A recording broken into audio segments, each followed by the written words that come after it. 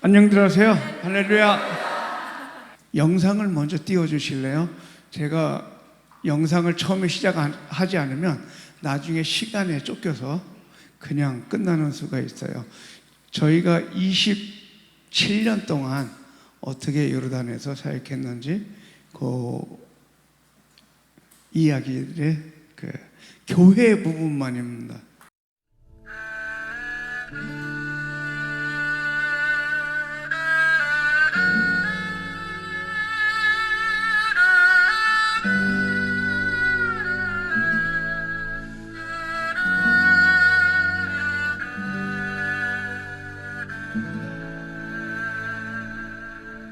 오직 주의 사랑에 매여 내 영 기뻐 노래합니다.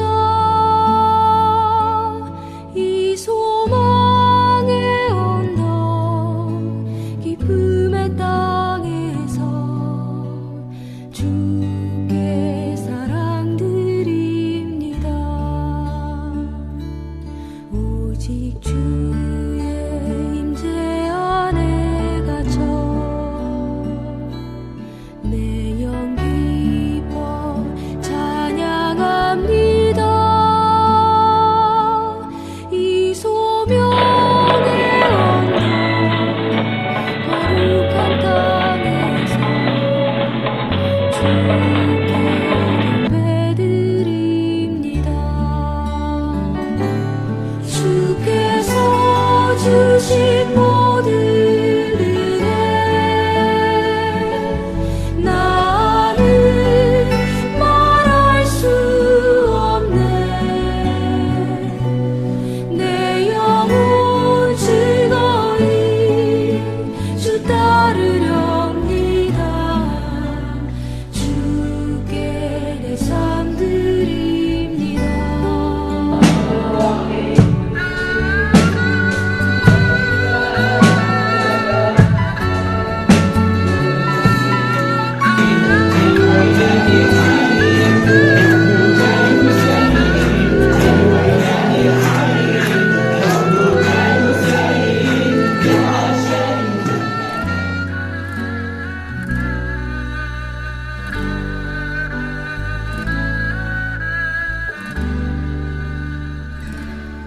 오직 주의 사랑에 매여 내 영 기뻐 노래합니다.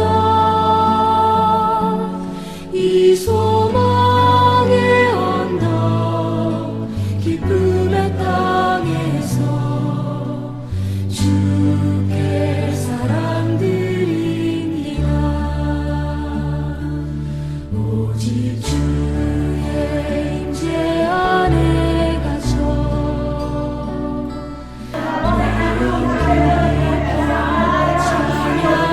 찬양합니다.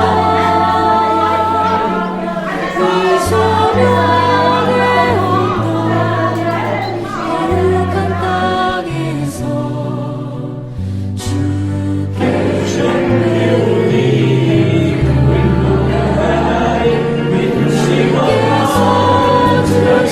모든 은혜 나는 말할 수 없네. 내 영혼 즐거이 주 따르렵니다. 주께 내 삶 드립니다. 이렇게 좋은 일에 설마지 왜 이것을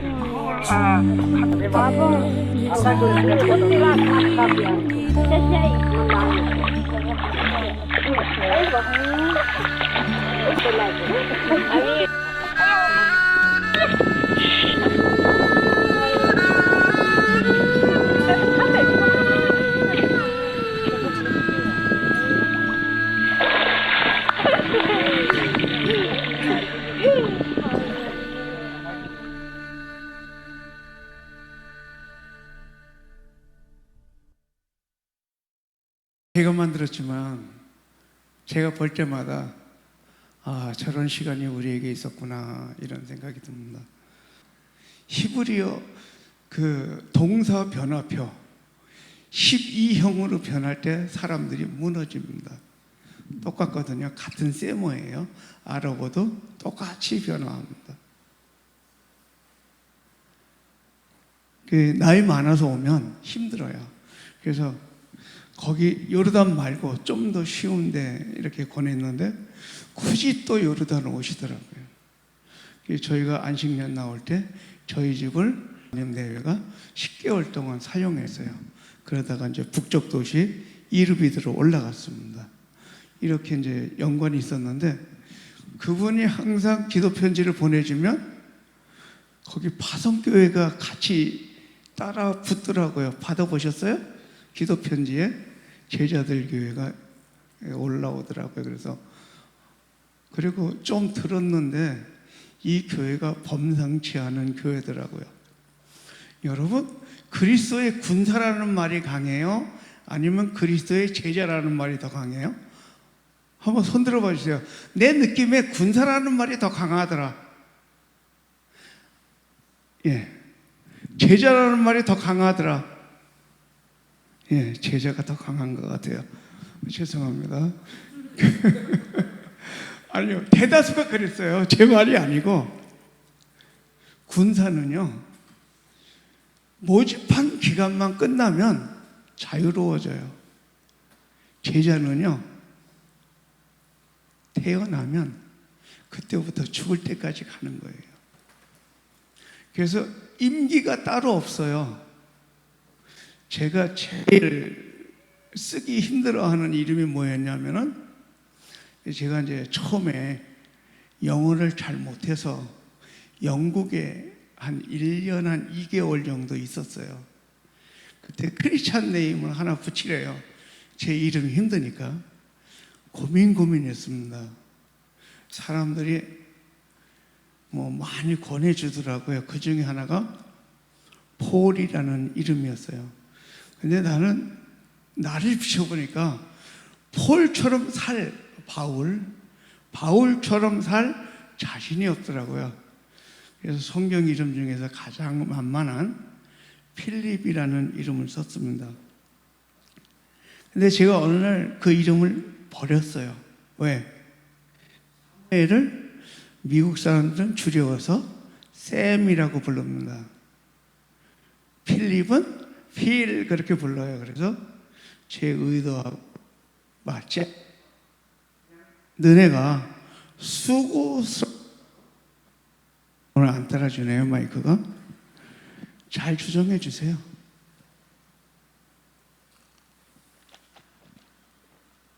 그래서 그냥 이병구라는 이름으로 살았습니다.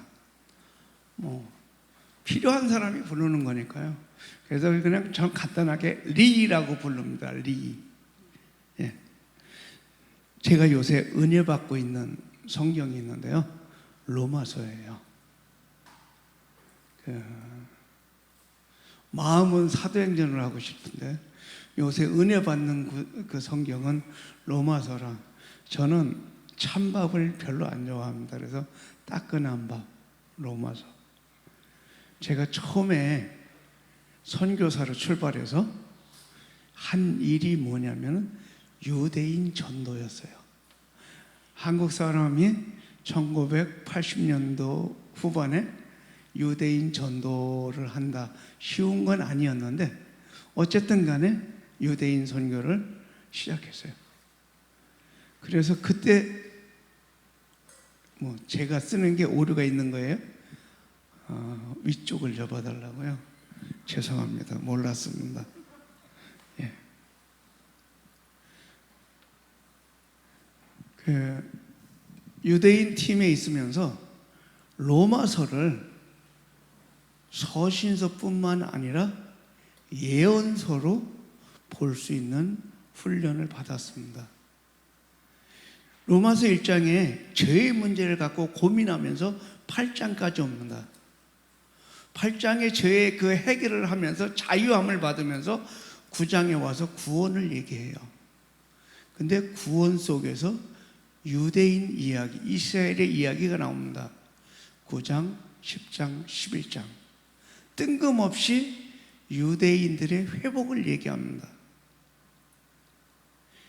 저에게 그 유대인 사역하는 기간 중에 이스라엘의 역사, 그 다음에 모든 규례와 절기 이런 교육을 다 시켜주면서 이스라엘 백성, 이스라엘의 그 시각으로 성경을 볼 수 있는 그러한 그 기초를 마련해 줬어요. 그러면서 그 로마서 9장, 10장, 11장을 갖다가 유대인이 돌아올 회복의 예언서로 알려줬습니다. 왜 로마서가 베란간 예언서야? 이렇게 생각할 수 있는데, 오늘 제목을 하나 잡으라면 이렇게 잡고 싶었었어요. 이방인에게 허락된 은혜의 시간. 무슨 말이냐고요? 로마서가 힘들다고 얘기하잖아요. 근데 사실 로마서가 힘들면 안 돼요. 왜냐하면 로마서는 편지예요. 아직 사도 바울이 로마에 가기 전에 로마 교회, 로마에 있는 그 성도들에게 편지를 썼어요. 자, 연애 편지를 받습니다. 근데 그 연애 편지를 보고 상대방이 밑줄 쫙 끊고 물음표 딱 치면 그게 올바로 된 거예요? 제가 그랬어요. 제가 아내 후보자에게 연애 편지를 썼는데 그 다음 주에 만났는데 밑줄 쫙 빨간 줄로 긋고 물음표를 딱 찍어갖고 이게 뭐냐 그랬어요. 제가 상대방이 이해를 못 시켰잖아요. 근데 이 서신서를 우리가 보면서 왜 이해가 안 되지? 라고 했을 때 그 문제는 뭐냐면요, 우리가 사도 바울만큼 구약에 대해서 무지하다는 겁니다.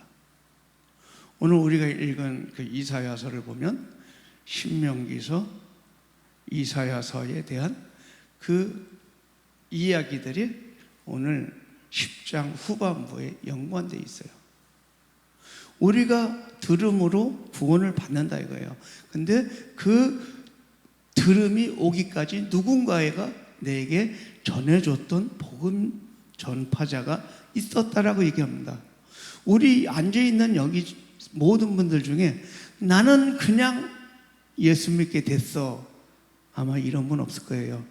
누군가는 나의 귀에 복음에 대해서 전해줬고 그것을 내 마음에 믿어 의에 이르고 구원에 이르는 과정을 다 겪었을 겁니다. 근데 전하는 자가 없으면 어떻게 들으리요? 라고 얘기합니다. 누군가는 복음을 들고 산을 넘고 물을 건너서 가야 한다는 말입니다. 자, 제가 유대인 팀에서 은혜 받았던 얘기를 하나 할게요.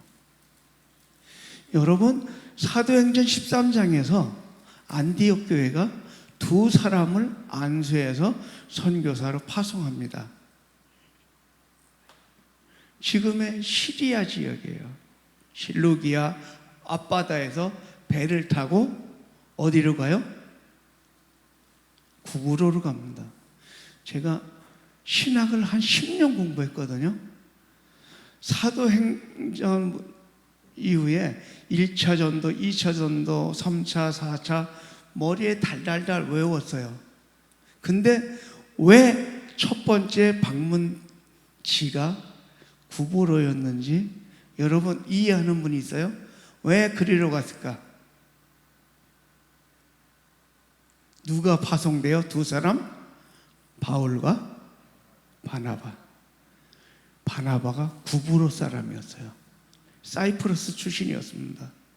우리 사도행전에 보면 자기의 밭을 팔아서 사도들 앞에 내놓은 사람이 바나바였어요. 그는 온유한 자.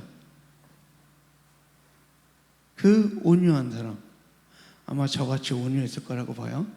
근데 그 파트너가 성질이 담즙질 있는 분이 있어요. 예, 사도 바울이 단죽질이었어요. 그 성격 꺾기 힘들어요. 근데 옛날에 항해하는 법이 있어요. 어떻게 항해하냐면 먼 바다로 나가면 배가 위험합니다. 지금처럼 큰 배도 아니고 동력이 좋은 것도 아니에요. 그래서 배는 항상 육지를 바라보면서 가요. 가다가 풍랑이 크다 그러면 육지로 피난하는 겁니다. 자, 그러면요, 사도 바울의 고향이 가까운 터키 지역을 향해서 올라가야 되는 거예요. 지금의 시리아 앞바다에서 출발해서 북쪽으로 올라가서 다소 가까운 그 바다를 향해서 가야 됩니다. 그리고 바다를 쫓아서 안탈리아를 가고요. 안탈리아에서 구브로를 가야 돼요. 그런데 생뚱맞게도 바다를 그냥 횡단해가지고 사이프러스로 갔어요. 저도 몰랐어요. 왜 글로 갔는지.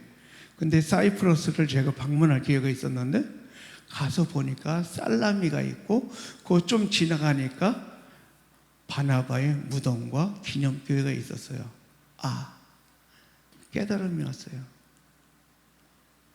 바로 자기 가족과 친척과 그 지역에 있던 유대인들을 구원하기 위해서 성격 강한 그 사도 바울을 꼬셔서 자기 고향으로 먼저 데려갔습니다.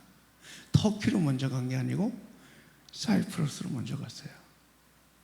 그리고는 그 동족 유대인들에게 복음을 전했습니다. 그만큼 자기 민족의 회복에 대해서 부담감이 있었습니다.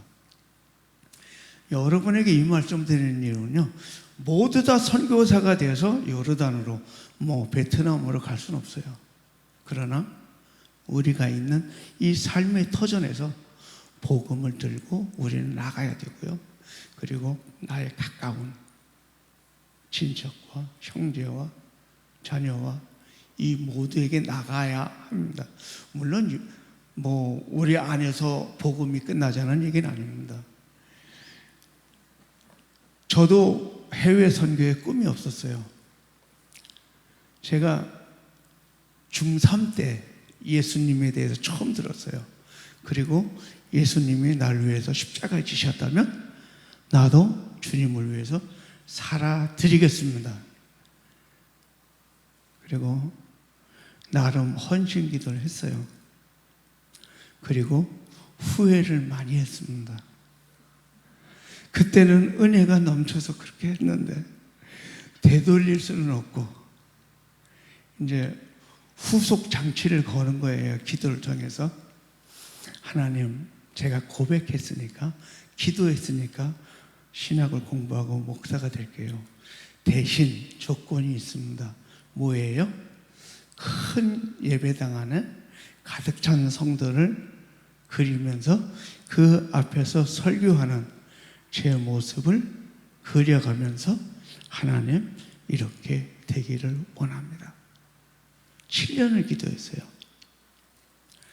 근데 대학 3학년 때였어요. 그날도 어김없이 그 기도를 하고 있는데 하나님이 제게 물어보셨어요. 네가 나의 종이라며. 근데 너는 항상 왜 나에게 요구만 하니? 주인이 시키는 걸 하는 게 종이지, 종이 원하는 거를 주인이 하면 뭐가 뒤바뀐 거래요. 그래서 그때 기도 제목을 내려놨습니다. 그리고 한두 사람이 있는 곳이라도 주님이 필요하면 가겠습니다. 그때 많은 분들이 이렇게 찬송했어요. 아골골짝 빈들에도 골라 골라 가오리다. 아세요 그 찬송? 아골골짝 빈들에도 복음 들고 가오리다가 아니라 골라 골라 내가 편한데 가오리다. 이게 많은 사람들 그 무거운 짐을 지고 가는 게 아니라 될 수 있으면 편한 거, 편한 자리로 올라가는 게 그때 분위기였어요. 전체적인 분위기는 선교를 얘기하지만 많은 사람에게 물어보면 그냥 한국에 남아있는. 그래서 그때 제가 기도했습니다. 하나님, 가장 어려운 곳이 어딜까요? 이슬람지요. 복음을 듣지 못한 사람들이 있는 곳. 그래서 그것을 향해서 갔습니다. 그리고 처음에는 이제 세계를 보여달라고 그랬어요. 정말 열심히 트래블링 팀, 전도 여행팀을 속해서 열심히 다녔습니다. 장가 가기 전입니다. 그리고 돌아와서 결혼도 하고 다시 두 번째로 나갈 때 요르단을 택해서 나갔습니다. 제 나름대로 연구를 많이 했습니다. 신학을 하고 안수를 받은 목사로서 교회를 개척할 수 있는 곳, 교회 사역을 할 수 있는 곳. 그래서 요르단을 골라서 갔어요. 이슬람 지역에서. 사우디를 가고 싶었는데 거긴 교회 개척이 안 되더라고요. 그래서 그 옆에 열리면 들어가지 그랬는데 아직도 안 열려서 못 들어가고 있습니다. 어쨌든 간에 그곳에서 27년을 지냈고요. 언어 과정을 마치면서 성경 공부를 통해서 저희 안에 5개의 성경 공부 그룹이 생겼어요. 아까 그 중에 히잡을 쓰고 있던 그 부부가 그 중에 요르단 사람 중에 그 한 그룹이었고요. 그런 그룹이 월, 화, 수, 목, 토. 금요일 날은 휴일이거든요. 한인교회 가는 날이고 일요일 날은 현지교회가 열리기 때문에 현지교회 예배하는 날. 그래서 5개 그룹을 이제 초신자 그룹은 성경을 가르치고 좀 이렇게 훈련된 사람은 제자 훈련을 하고 그렇게 5그룹을 하면서 저희 아들을 둘이 있는데 방목을 했어요. 방목. 알아서 살아남아라. 저희가 성경 공부를 시작하면요. 직장을 마치고 6시 정도에 와요. 그러면 이제 그때 밥을 같이 먹고 한 1시간 반 밥 먹고 그 다음부터 성경 공부를 해요. 그럼 그 집도 애들을 데려오거든요. 처음엔 잘 놀아요. 근데 시간이 지나면 좀 이렇게 시끄러운 소리가 나고 그럼 기도합니다. 울지만 말아라. 이제 울 때도 있어요. 성경 공부가 끝나고 아이들 방에 가면 여러분 아기 키울 때 그런 거 보셨죠? 가나다라 마바사, 기린, 호랑이 그림 있는 매트. 넘어져도 머리통 깨지지 말라고 그걸 다 3m, 4m짜리가 있는데 그게 하나도 이렇게 붙어 있는 게 없어요. 어떤 거는 장롱 뒤로 올라갔고 어떤 건 침대 밑에 가 있고 그날 그걸 다 붙이길 수가 없어요. 부엌에는 설거지가 산더미처럼 쌓여 있고 포기하고 그냥 잡니다. 그렇게 월요일, 화요일, 수요일. 그러다 2년을 그렇게 하니까요. 더 이상 못 살겠어요. 그래서 지상교회로 가자.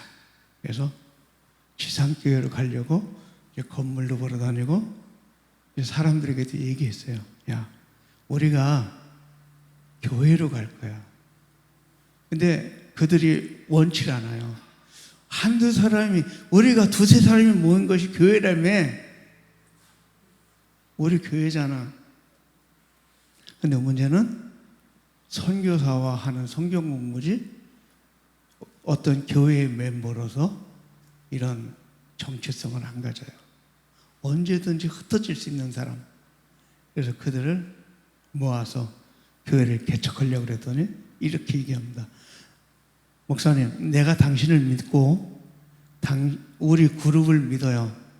그러나 당신이 갖고 있는 또 다른 수요일 모임, 거기는 아직 개종도 안 했고 무슬림인데 그들하고 같이 교회를 하면 내게 문제가 생길 수 있어요. 안 됩니다. 1년을 기다렸어요.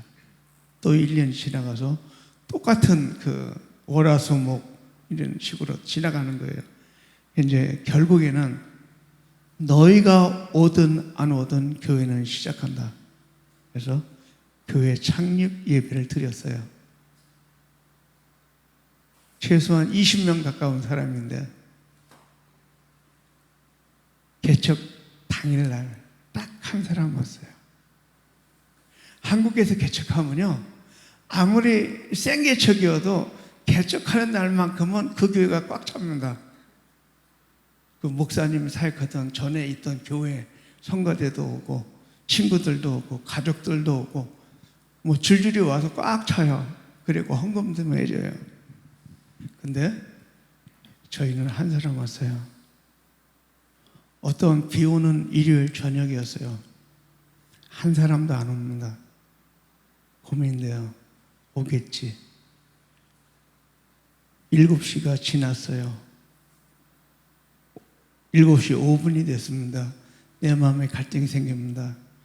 만약에 한 사람이라도 오면 열심히 준비한 설교 한 사람을 하고 나누고 나서 다음 주엔 새로운 설교를 준비해야 되는데 차라리 아무도 안 왔으면 좋겠다. 이런 생각이 들어요. 여러분, 개척교회 증후군이라는 게 있어요. 시작해서 10명에서 20명 넘기가 그렇게 힘들어요. 20명에서 30명 넘어가기가 힘들어요. 아내가 매 주일마다 출석을 체크합니다. 출석 부르는 게 아니고요. 누가 왔는지 빠졌는지 다 체크해요. 저는 이제 개척교회 증후군이라고 부르는데, 뭔가 하나님은 분명히 우리에게 교회를 시작하라고 부담 주시고 열어주셨는데 아무것도 진행이 안 되고 이게 올라가는 숫자가 안 보여요. 속으로 여기가 안 되는 돌짝밭이었나? 우리가 유턴해서 한국으로 돌아가야 되나? 근데 저는 대학원까지 7년을 공부했는데 자격증이라고는 운전면허증밖에 없어요. 그래서 할 게 진짜 목표밖에 없었어요. 그래서 맨 땅에 머리 박는다고 계속 끊임없이 가르치고 예배하고 신방하고. 근데 감사한 게요, 저희가 요르단에서 발견한 거는 하나님께서 그의 교회를 그곳에 세우기 원하셨다는 거예요. 그리고 그분이 먼저 일하셨어요.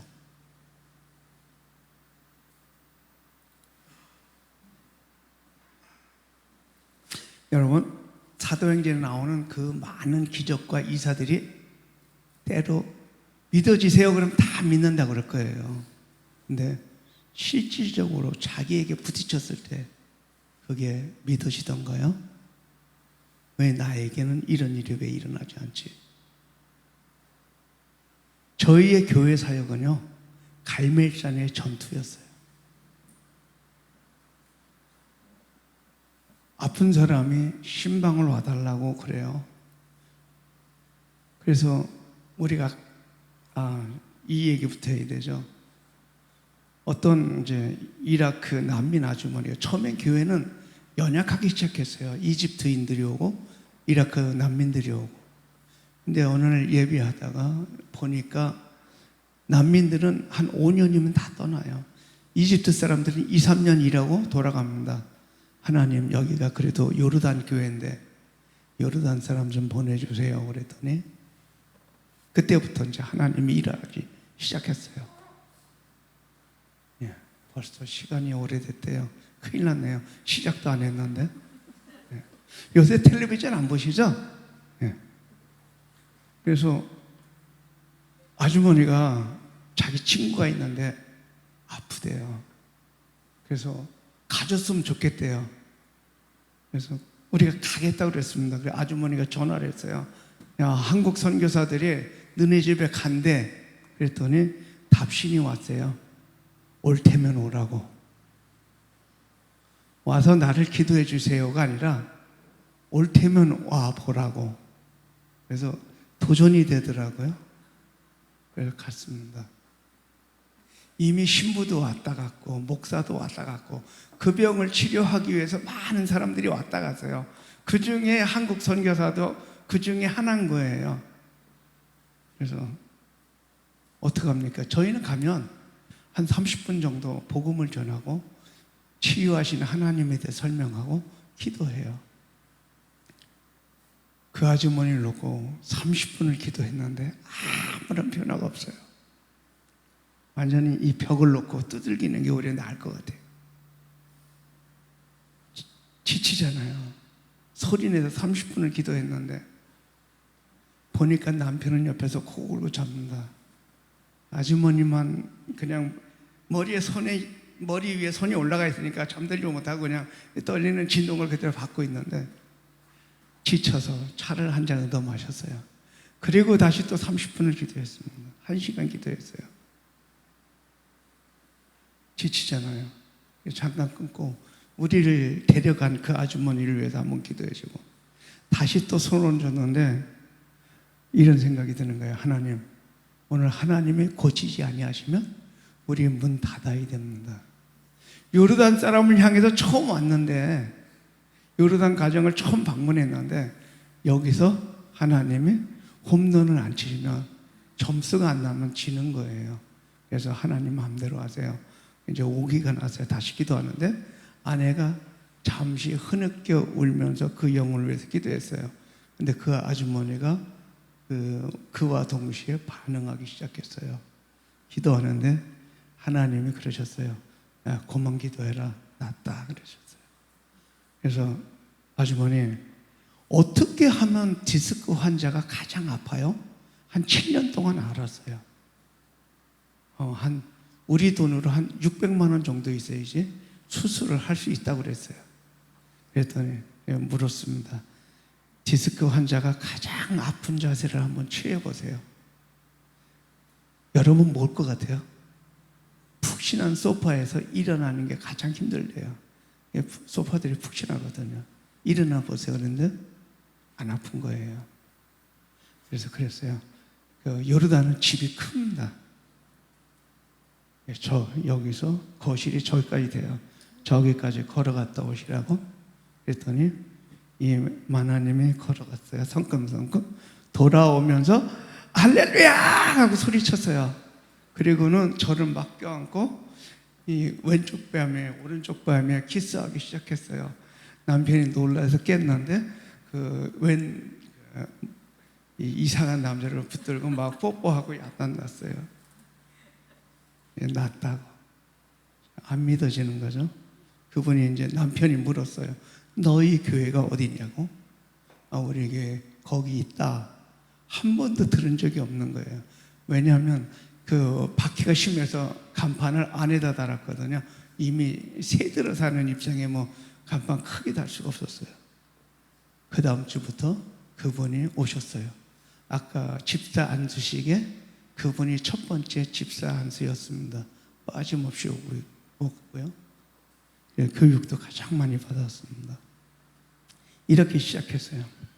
그러니까 그때부터 이제 환자들만 연결되는 거예요. 저희는 행복했어요.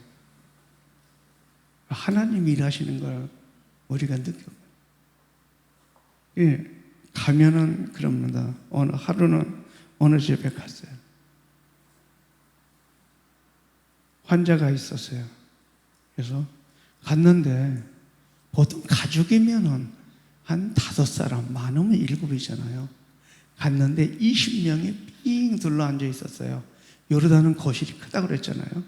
20명이 앉아 있어요. 그래서 이제 복음을 전하고 함께 기도합시다 그러는데 목소리가 딱 2개밖에 안 들려요. 다 알아들을 수 있어요.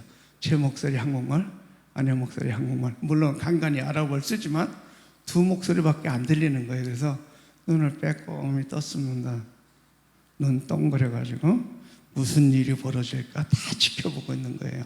동물의 원숭이가 따로 없는 거예요. 저희가 동물원의 원숭이였어요. 오기가 생기잖아요. 하나님 어떻게 해요 이 백성들을? 그랬더니 여기에 디스크 환자뿐만 아니라 심장병 환자 있고 이 머리에 심각한 애도 있고 10명을 찍어주셨어요. 얘기했습니다. 이 중에 이런 증상들이 있는데 오늘 내가 반만 기도해 줄 거야. 왜? 오기가 생겨야 될 거 아니에요. 질투가 생기고. 그래야지 교회에 올 거 아니에요. 치료함을 받으러. 그래서 5사람을 기도해서 정말 다 그 자리에서 났어요. 그리고 우리는 가방 챙겨서 집으로 왔습니다. 그 다음 주에 그들이 왔을까요? 한 명도 안 왔어요. 고침을 받은 사람도 안 왔고 아픈 사람도 안 왔어요. 뭐 이런 사역이 부지기수였어요. 어느 날 제가 시험에 들었습니다. 하나님 이게 뭐예요? 근데 누가복음을 읽어가는데 예수님이 10 문둥병자를 고쳤는데 딱 한 사람만 왔어요. 예수님도 10%밖에 못 건졌더라고요. 그래서 제가 자신감을 회복했어요. 예수님도 10%밖에 못 건졌는데 뭐 내가 뭐 이렇게 대단하다고. 그래서 자유함을 얻었습니다. 이렇게 하다 보니까 말씀을 통해서 또 모임을 통해서 예배를 통해서 인원이 늘어났어요. 처음에 저희가 한 23평 작은 홀에서 시작했어요. 교회를 옮겨갈 때가 됐습니다. 가운데 통로에 의자를 놔도 39명 정도 되면 꽉 차서 움직일 수가 없어요. 이제 이사를 가려고 이제 지어지는 건물을 찾았어요. 우리 마음에 좀 이렇게 개조를 해야 되니까 기존의 벽을 헐고 새로 확장되는 걸 해서 60평짜리를 얻었어요. 그래서 이제 한 120명 정도 들어갈 정도까지 해놓고 사람을 오게끔 이제 기도했죠. 근데 이전 예배를 드려야 되잖아요. 그래서 교회를 꾸미는데 6,000불이 들어갔어요. 저희 수중에 단돈 100불도 없었어요. 제가 원래 돈에 대해서 기도를 잘 안 해요. 근데 이전 예배를 드려야 되는데 간판이라도 하나 달아야 될 거 아니에요. 여기 제자들 교회잖아요. 우리는 필라델피아 교회인데. 그래서 고민하다가 하나님 돈 좀 주세요. 더 이상 돈이 없어요. 그랬더니 요르단이 성지잖아요. 성지 순례를 왔다가는 동기 목사님이 신대원 동기 목사님이 저에게 연락이 왔어요. 그 가이드를 통해서 호텔에서 만나자요. 반가웠어요.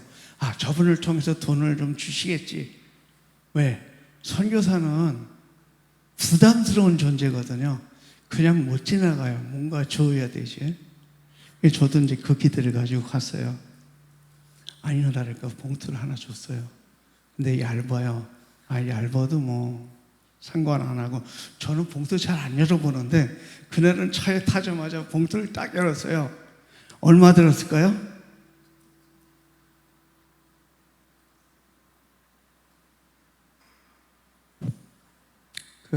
성지기 순례객이 보통 20명 내지 30명 오거든요. 이스라엘을 돌고 오면 갈릴리 바다에서 배 타고 예배를 드리고 헌금을 해요. 그러면 다들 뭐 10불, 20불 하면은 봉투가 두꺼워야 되는데 그날 봉투가 얇더라고요. 그래서 아무튼 그리고 열었는데 100불짜리 딱 한 장이 있었어요. 제가 하나님을 원망했어요. 하나님, 요르단에도 경제가 있습니다. 물가가 있다고요. 간판을 해서 달래면 최소한 50만 원 정도 들어야 되는데 그리고 주셨으니까 그냥 그걸 들고 간판 글자 파는 컴퓨터 디자인하는 곳에 갔어요. 그랬더니 딱 몇 글자 파줬는데 90불 내래요. 그래서 요거에 한 3분의 2 정도 되는 크기. 철판을 이제 글자가 쓰여 있는 철판을 들고 이 옆에 기둥도 하고 좀 튼튼하게 해서 세워야 될 거 아니에요. 밖에 세워야 되니까. 그리고 땅도 파야 될지 아니면 벽에다 박아야 될지 하여튼간 양면으로 팠으니까 뭐 기둥을 세워서 박아야 되는 거예요. 근데 이미 90불을 썼어요. 수중에는 10불밖에 안 남았어요. 우리 성도하고 저보다 나이 많은 성도하고 둘이서 그걸 들고 간판집, 그러니까 철공소를 갔습니다. 속으로는 후불도 있고 이렇게 긋는 것도 있잖아요.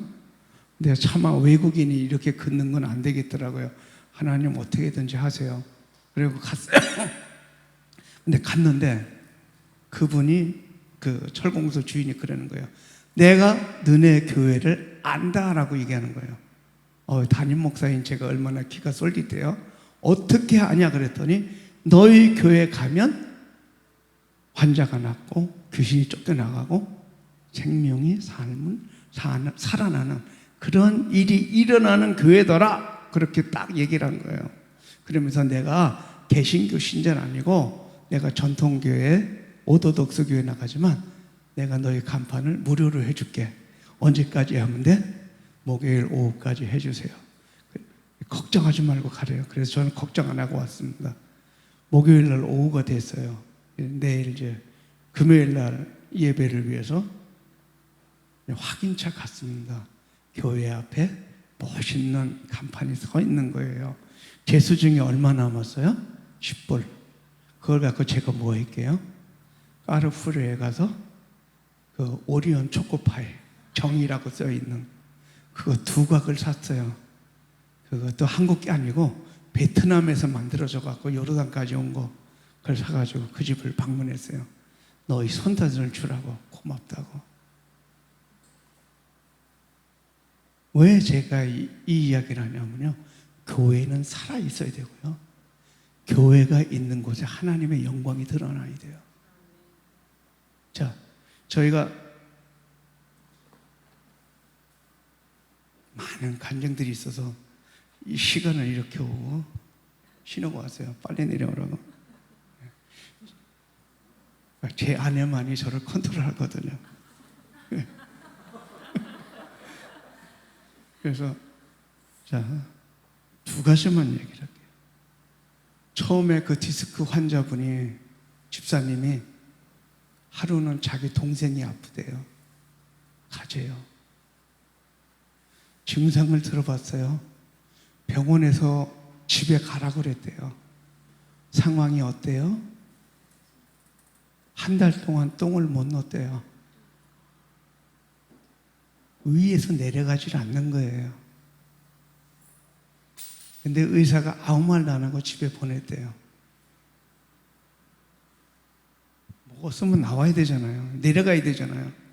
그러면 거기 위에서 내려오는 구멍, 밑으로 나가는 구멍 2개밖에 없는데 이게 막힌 거예요. 그냥 막히나요? 뭐가 자라 있겠죠. 병원도 포기했는데 날 보러 어쩌라고 안 갔습니다. 그 다음 주에 또 집사님이 찔러요. 동생이 아픈데 가달라고. 우리 집사님만 아니면 안 가겠어요. 그래서 그냥 하나님 날 보러 어떡하라고요. 근데 담임 목사니까 가야 돼요. 그래서 그 집사님의 아들의 차를 뒤를 쫓아서 1시간 만에 쫓아서 달렸습니다. 갔더니 누워있어요. 소파에 누워있는데 기도하려면 해봐야어요. 그래서 앉혀놓고 기도를 했습니다. 물론 복음을 전해죠. 그리고 이야기했습니다.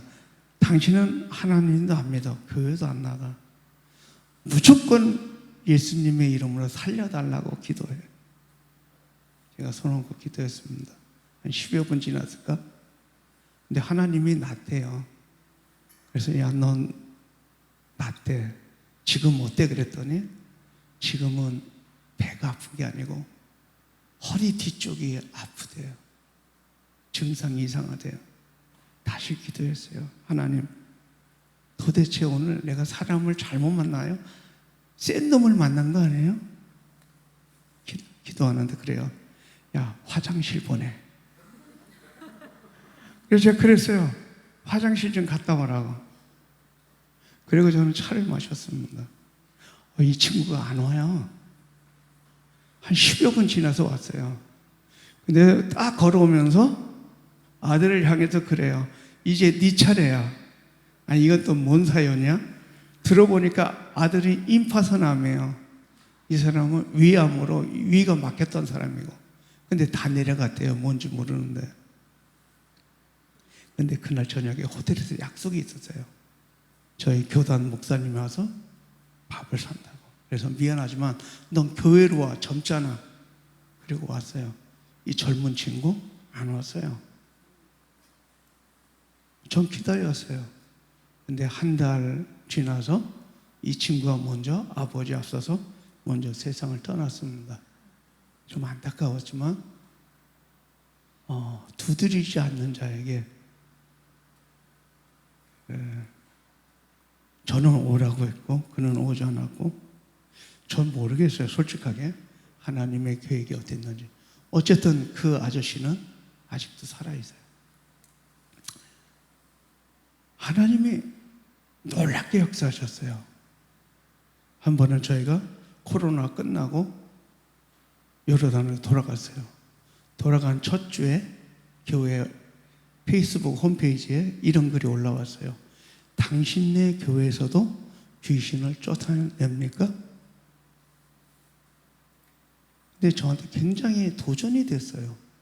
아니, 거룩한 분노가 내 속에 일어났어요. 아니, 하나님의 살아계심을 어떻게 이렇게 이야기할 수 있지?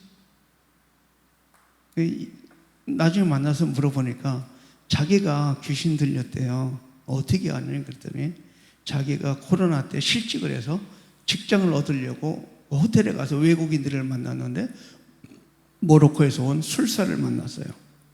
수피들. 여기에 향을 피워서 머리에 대고 가슴에 대고 무릎에 대고 이런 식으로 알라의 이름으로 이렇게 했죠. 그리고 나서부터 목소리가 변하고 배가 아프고 두통이 찾아오고 사람들과의 관계가 끊어지고, 그래서 어떻게 했는데 모스크에도 가고 신부도 찾아가고 개신교회도 찾아가고 이제 너네 교회만 남았대요. 다 갔는데. 사실 저희 지역에서 저희 교회가 가장 늦게 생겼고 가장 역사가 짧고 가장 작은 교회고 건물도 없는 월세 교회였어요. 그래서 오라고 그랬어요.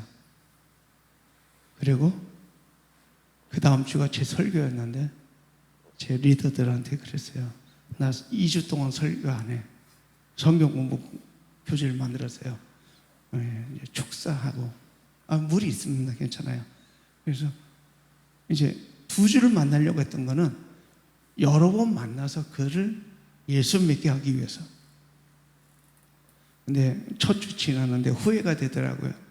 아니 내가 뭐 얼마나 잘났다고 그를 오라고 해. 만약에 안 나가면 치료가 안 되면 하는 그런 생각이 오는 거예요. 야, 오순절 교회에서도 못 고쳤대는데 그 목사 팡팡팡 뜨고 이렇게 영적 전투하는 목사인데도 안 됐대는데 그래도 이제 어쩔 수 없이 오라고 그랬으니까 성경 교재를 2주간짜리를 만들었어요. 그리고 와서 첫 번째 예배 참석하고 목요일 날 성경 공부 시작했습니다. 이야기했어요. 솔직히 얘기할게요. 나는 축사보다 치유가 더 강해. 그러니까 내가 오늘 네 배 아픈 것과 머리 아픈 걸 해결해 줄게. 그랬더니 다 해주면 안 되나요? 그러더라고요. 하여튼 보자고 기도했어요. 저는 손을 얹고 그냥 먼저 대적하는 기도를 하면서 축사를 했어요. 그랬더니 여러분 그 초음파 진동하는 거 아세요? 시계방에 보석 가게에 가면은 깨끗하게 하기 위해서 막 진동을 하잖아요. 거기 딱 놓고 진동 스위치를 누르면 팍 떠는데 그런 진동이 그 형제에게 찾아왔어요. 이거는 그 몸에 떨기로 떨 수가 없는 거였어요. 그리고 한 10분 지났을 때 깨끗해졌습니다. 그리고 나서 제가 물었어요. 네 손목에 있는 띠는 뭐냐 그랬더니 초록색 띠가 감겨 있었거든요. 술사들이 자기한테 어떤 시술을 하고 나서 매준 거예요. 너 그거 끊을 수 있어? 그랬더니 열심히 푸는데 안 풀어지죠. 한 3, 4개월 이상 지난 거입니다. 과일 갖다 줬습니다. 자를래? 자르더라고요. 완전히 해방됐어요. 이제 다음 주에 오라고. 근데 이 친구가 안 나타났어요. 마음속에 두 마음이 생겼습니다. 안 났으면 왔을 텐데 다 났다는 얘기거든요. 그 지역은 수치의 문화예요. 병들거나 귀신 들렸다 그러면 장가를 못 가요. 그러니까 입 싹 닦았어요. 우리를 만나면 과거가 나오기 때문에 안 나타나는 거예요. 근데 저는 그냥 감사했습니다. 하나님 살아계심을 나타내셔서 감사합니다. 저희 있는 곳에 또 저희 교회가 있는 곳에 교회가 살아있음을 알리게 하심을 감사합니다. 이것이 저희가 그 교회 17년 동안 저희가 개척을 해서 현지 목사에게 이양하기까지 17년이 걸렸어요. 그 기간 동안 우리를 통해서 우리 삶의 자리, 교회의 그 자리에서 하나님의 영광이 나타났고 그 일을 우리가 이룰 수 있었습니다. 기도하겠습니다.